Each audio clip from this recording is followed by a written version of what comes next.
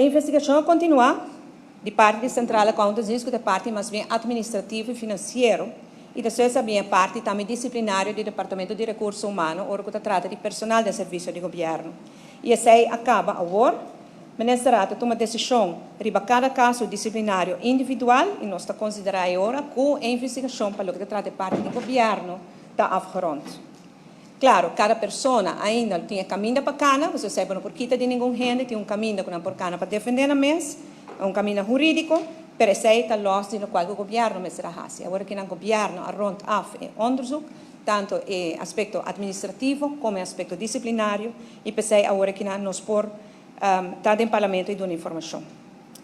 Também nós apoiamos o dossiê agora que não tem mão do Ministério Público para determinar se tem algo que pode vai contra a lei, algo penal, antes para fazer investigação do caso ou não.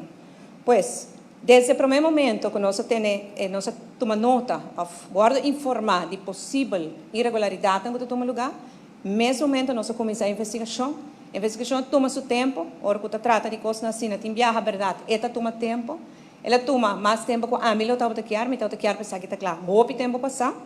Sin embargo, ela queda clara agora que não, e nós, nós a sluit af, nós a finalizar o aspecto disciplinário também, e é também o Ministério Público para mim se tem algo também strafrechtelijk.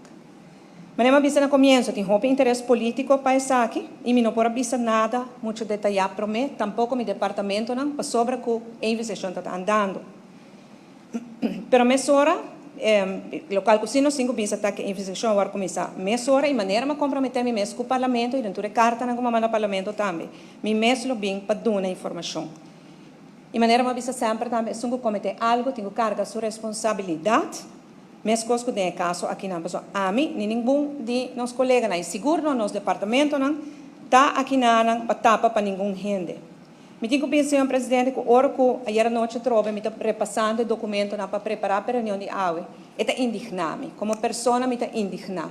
Para sobra, nós permitimos que nós não fazemos as coisas que estão prometendo conosco. A AUE trouxe em tratamento de caso avestruz. Nos compromissos que não tem nada que nós vamos fazer que chega remotamente cerca do qual está passando no caso avestruz. O qual está passando para o gabinete de Mike Eyman. Sin embargo, agora que nada nós temos de caso que causa vergonha, causa indignação, e põe que a gente perde confiança em política e em governação. Pero, me quer que hecho que nós tomamos ação imediatamente, nós mesmos investigar, nós mesmos temos gente responsável, nós mesmos entregar e file no Ministério Público, e isso cria a confiança back na comunidade.